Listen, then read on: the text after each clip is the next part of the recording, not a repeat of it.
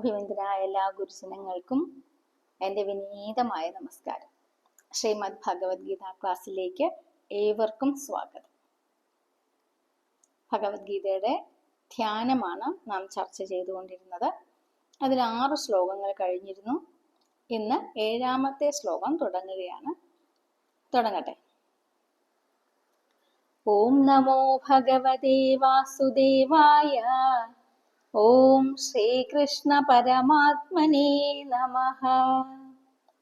ശ്ലോകം 7.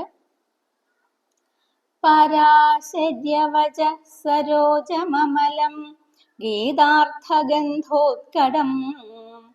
നാനാഘ്രാനകേസരം ഹരികഥാ സംബോധനാബോധിതം ലോകേ സജ്ജന ഷഡ്പദൈരഹരഃ പേപീയമാനം മുദാ ഭൂയാത് ഭാരത പങ്കജം കലിമല പ്രധ്വംസിന ശ്രേയസേ. അർത്ഥം: പാരാശര്യവചഃ. പാരാശര്യവചഃ, പരാശരന്റെ പുത്രൻ പാരാശര്യൻ, വ്യാസമഹർഷി. പരാശര മഹർഷിയുടെയും സത്യവതി ദേവിയുടെയും പുത്രൻ. മത്സ്യഗന്ധി, കസ്തൂരിഗന്ധി എന്നൊക്കെ മറ്റു പേരുകളുണ്ട്.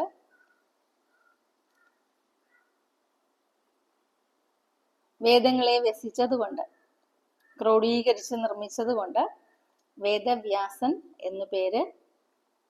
ഓരോ ദ്വാപര യുഗത്തിലും ഓരോ വ്യാസൻ ഉണ്ടായിരിക്കുമത്രേ. ഇത് 28ാമത്തെ വ്യാസനാണെന്നാണ് ആചാര്യന്മാർ പറയുന്നത്. അപ്പോ വ്യാസന്റെ വാക്കാകുന്ന സരോജമമലം,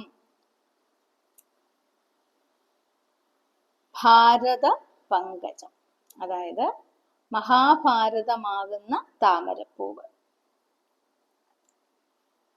ഗീതാർത്ഥഗന്ധോത്കടം, ഗീതാർത്ഥമാകുന്ന അതിതീവ്രമായ സൗരഭ്യം നിറഞ്ഞിരിക്കുന്നതാകുന്നു.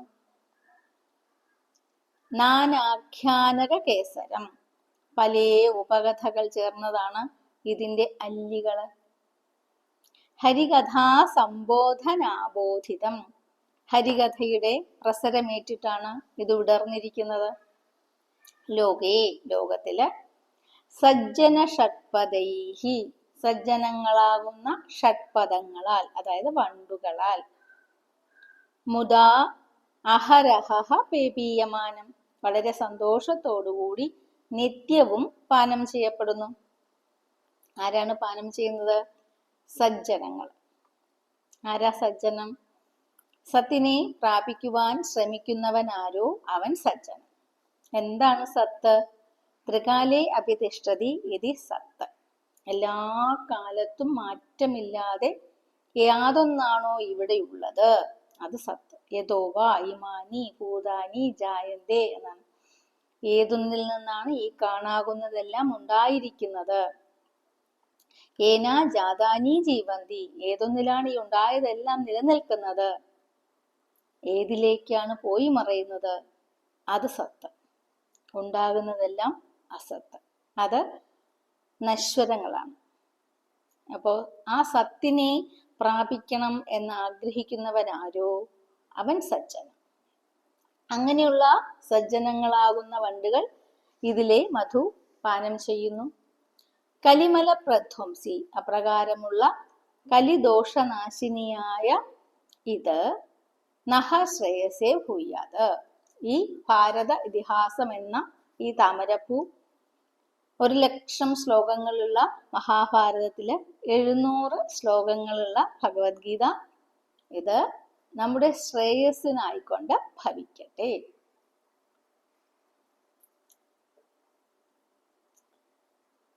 ഷഡ്പദങ്ങള് എന്നതുപോലെ ഷഡ്പദങ്ങൾക്ക് 6 കാലുകളാണെന്നാണ്. സജ്ജനങ്ങള് പഞ്ചേന്ദ്രിയങ്ങളും മനസ്സും അടക്കി ഈ താമരപ്പൂവിലെ അദ്വൈത മകരന്തം നുകരുന്നു. അങ്ങനെയുള്ളവർക്ക് കലികാലത്തെ എല്ലാ ദോഷങ്ങളെയും തരണം ചെയ്യുവാൻ സാധിക്കുന്നു എന്നാണ്. കലിയുടെ ദോഷങ്ങൾ ഓരോ ദിവസവും വർദ്ധിച്ചു വരികയാണ്. കലിയെ സന്തരണം ചെയ്യുക എന്നുള്ളത് തന്നെയാണ്, അത് ലോക നന്മയ്ക്കായിക്കൊണ്ട് തന്നെയാണ് സജ്ജനങ്ങൾ ചെയ്യുന്നത്. അപ്പോൾ അതിന് ഇതാ ഈ ഭാരതേതിഹാസം എന്ന താമരപ്പൂവ്, പിന്നീട് ഭഗവത്ഗീത നമുക്ക് ഉതകട്ടെ. അടുത്ത ശ്ലോകം വായിക്കട്ടെ. മൂകം കരോതി വാചാലം പങ്കും ലംഘയതേ ഗിരിം യത്കൃപാതമഹം വന്ദേ പരമാനന്ദമാധവം. യത്കൃപ, യാതൊരുവന്റെ കാരുണ്യം കൊണ്ട്, മൂകം വാചാലം കരോതി, മൂകൻ വാഗ്മിയായി മാറുന്നു. യത്കൃപ, യാതൊരുവന്റെ കൃപയാൽ, പങ്കും ഗിരിം ലംഘയതേ, ഒരു മുടന്തൻ പർവ്വതാരോഹണത്തിന് സമർത്ഥനായിത്തീരുന്നു. തം പരമാനന്ദ മാധവം, ആ പരമാനന്ദമൂർത്തിയെ, മാധവൻ മാ ലക്ഷ്മി ദേവി, ലക്ഷ്മി ദേവിയുടെ നാഥൻ, മായയെ നിയന്ത്രണത്തിൽ വെച്ചുകൊണ്ടിരിക്കുന്നവൻ, അങ്ങനെയുള്ള ഭഗവാനെ അഹം വന്ദേ, ഞാനിതാ വന്ദിക്കുന്നു. മൂകം വാചാലം കരോതി എന്നതിനെ വാചാലം മൂകം കരോതി എന്നും അന്വയിച്ച് ആചാര്യന്മാർ പറഞ്ഞിട്ടുണ്ട്. അപ്പോ പ്രപഞ്ചത്തിലെ എല്ലാ വിഷയങ്ങളിൽ നിന്നും, വിഷയ കോലാഹലങ്ങളിൽ നിന്നും ഉള്ളിലേക്ക് അന്തർമുഖരാകുന്നതിനും ഇത് സഹായിക്കും. കോലാഹലങ്ങളിൽ പെട്ടിട്ടുള്ള ഒരാൾക്ക് ഏകാഗ്രത ഉണ്ടാവില്ല, ശ്രദ്ധയുണ്ടാവില്ല. രണ്ടു രീതിയിലും അന്വയിക്കാമെന്ന് ആചാര്യൻ പറയും. അപ്പോ എപ്പോൾ ഉള്ളിൽ പരമാത്മ ചൈതന്യം പ്രകാശിക്കുന്നുവോ അപ്പോൾ ജീവൻ സകലതിനും ശക്തനായി തീരുന്നു എന്നാണ്. പരമാത്മ ചൈതന്യം പ്രകാശിക്കണമെങ്കിലോ ഉള്ള ശുദ്ധമായി വരണം, ഹൃദയശുദ്ധി ഉണ്ടായി വരണം. അപ്പോൾ ഉള്ളിൽ അടങ്ങിയിരിക്കുന്ന എല്ലാ ദോഷങ്ങളും നാമജപത്തിലൂടെ, പഠനത്തിലൂടെ മാറിപ്പോകുമ്പോഴാണ് പരമാത്മ സ്വരൂപം ഉള്ളിൽ തെളിയുന്നത് എന്ന് സാരം. അടുത്ത ശ്ലോകം വായിക്കാം. യം ബ്രഹ്മാ വരുണേന്ദ്ര രുദ്രമരുത സ്തുന്വന്തി ദിവ്യൈസ്തവൈർ വേദൈ സാംഗപദക്രമോപനിഷദൈർ ഗായന്തി യം സാമഗാഃ ധ്യാനാവസ്ഥിതതദ്ഗതേന മനസാ പശ്യന്തി യം യോഗിനഃ യസ്യാന്തം ന വിദു സുരാസുരഗണാ ദേവായ തസ്മൈ നമഃ. അർത്ഥം: യം, യാതൊരുവനെ, ബ്രഹ്മാ വരുണേന്ദ്ര രുദ്രമരുതഃ, ബ്രഹ്മാവ്, വരുണൻ, ഇന്ദ്രൻ, രുദ്രൻ, മരുദ്ഗണങ്ങള് ഇവരെല്ലാം ദിവ്യൈഹി സ്തവൈഹി സ്തുന്വന്തി, ദിവ്യ സ്തോത്രങ്ങളെ കൊണ്ട് സ്തുതിക്കുന്നുവോ. യം, യാതൊരുവനെ, സാമഗാഃ, സാമവേദികള്, സാംഗപദക്രമോപനിഷദൈഹി വേദൈഹി ഗായന്തി, വേദാംഗങ്ങള്, പദക്രമങ്ങള്, ഉപനിഷത്തുക്കള് ഇവയോടുകൂടിയ വേദങ്ങളാൽ പ്രകീർത്തിക്കുന്നുവോ. യം, യാതൊരുവനെ, യോഗിനഃ, യോഗികള്, ധ്യാനാവസ്ഥിത തദ്ഗതേന മനസാ പശ്യന്തി, ധ്യാന നിരതന്മാരായിട്ട് ആ ലക്ഷ്യത്തിൽ തന്നെ മനസ്സുറപ്പിച്ചിരിക്കുമ്പോൾ ആ മനസ്സുകൊണ്ട് കാണുന്നുവോ. സുരാസുരഗണാഃ, ദേവന്മാരും അസുരന്മാരും, യസ്യ അന്തം ന വിദുഃ, യാതൊരുവന്റെ പൂർണ്ണ രൂപത്തെ അറിയുന്നില്ലയോ. തസ്മൈ ദേവായ നമഃ, ആ ദേവനായിക്കൊണ്ട്, ദേവൻ ജ്യോതിർമയൻ, പ്രകാശസ്വരൂപൻ, ആ ദേവനായിക്കൊണ്ട് നമസ്കാരം എന്നാണ് ഇവിടെ ധ്യാനത്തില് നമസ്കരിച്ച് സമർപ്പിച്ചിരിക്കുന്നത്. എല്ലാ പഠനത്തിൻ്റെയും ലക്ഷ്യം എന്തെന്നാൽ ഈ ആത്മാവ് ഏകമാണ് എന്ന ആ ഒരു തത്വത്തെ ഉറപ്പിക്കലാണ്. ആത്മാ സത്യം തദന്യത് സർവം മിഥ്യ. ആത്മാവ് മാത്രമാണ് സത്യം, മറ്റുള്ളതെല്ലാം മിഥ്യയാണ്. അപ്പോൾ ഇവിടെ ഭഗവത്ഗീതയിൽ നമുക്ക് ഈ ധ്യാന ശ്ലോകത്തിൽ തന്നെ നാം കണ്ടു, കടക്കുവാൻ സാധിക്കാത്ത അല്ലെങ്കിൽ ഭയങ്കരമായ ആ രണനദിയെ പാണ്ഡവന്മാര് കടന്നത് ശ്രീകൃഷ്ണ ഭഗവാൻ കൂടെ ഉണ്ടായിരുന്നത് കൊണ്ടാണ് എന്ന്.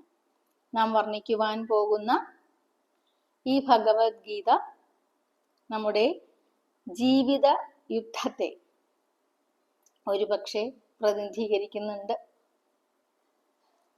ജീവിത നദിയെ നേരത്തെ നാം 6-ാമത്തെ ശ്ലോകത്തിൽ കണ്ട ഭീഷ്മരെ, ദ്രോണരെ, ജയദ്രഥനെ, ഗാന്ധാരനെ, അല്ലെ, ശകുനി, അതാ ശകുനി എന്ന് നാം പറയാറില്ലേ? ഇങ്ങനെ അതേപോലെ അശ്വത്ഥാമാവിനെ, ദുര്യോധനനെ, ദുര്യോധനനാകുന്ന ചുഴിക്കുത്ത് എന്നാണ് വർണ്ണിച്ചത്. അപ്പോ ഒരു ജീവിതത്തില് പ്രതിബന്ധങ്ങളെ തരണം ചെയ്യുന്നത് ഭഗവാനെ എപ്രകാരം ശരണം പ്രാപിച്ചാൽ ഭഗവാൻ മനക്കരുത്ത് നൽകും എന്നുള്ളത് ഏറ്റവും പ്രധാനമാണ്. മറ്റുള്ളവരുടെ പരീക്ഷണങ്ങളിലും അവനവന്റെ തന്നെ കർമ്മത്തിന്റെ പരീക്ഷണത്തിലും വീണുപോകാതെ തളരാതെ കലിയെ സന്തരണം ചെയ്യാൻ ഈ ശാസ്ത്രം നമ്മെ സഹായിക്കുക തന്നെ ചെയ്യും. കാരണം ഇത് ഭഗവത് സ്വരൂപമാണ്. ഏതു ശാസ്ത്രവും അങ്ങനെ തന്നെ. നമുക്കിഷ്ടമുള്ളത് സ്വീകരിക്കാം. ഭഗവാൻ കൂടെയുണ്ട്, ഭഗവാൻ മാത്രമേ ഉള്ളൂ. വേണ്ടത് അന്ധകരണ പരിശുദ്ധി തന്നെയാണ്. പരിശുദ്ധി നേടിയ ഹൃദയത്തില് ഭഗവാൻ പ്രകാശിക്കുമെന്ന് തന്നെയാണ് ഇവിടെ വർണ്ണിച്ചു നിർത്തിയത്. അപ്പോ ഈ ലഭിച്ചിരിക്കുന്ന പുണ്യം കൊണ്ട് ലഭിച്ചിരിക്കുന്ന ശരീരത്തിൽ ഇരുന്നു കൊണ്ട് ഈശ്വര സാക്ഷാത്കാരം എന്ന ലക്ഷ്യത്തെ മുൻനിർത്തി ആ ഈശ്വരനെ സാക്ഷാത്കരിക്കുക എന്നത് തന്നെ ആവട്ടെ ഏവരുടെയും ലക്ഷ്യം. ഭഗവാൻ ഈ എളിയ വാക്കുകളിൽ സന്തുഷ്ടനായി വരട്ടെ എന്ന് ചിന്തിച്ച് ഈ വാക്കുകളെ ഭഗവത് പാദങ്ങളിൽ സമർപ്പിക്കുന്നു. അടുത്ത ക്ലാസ്സിൽ കാണാം. നമസ്കാരം.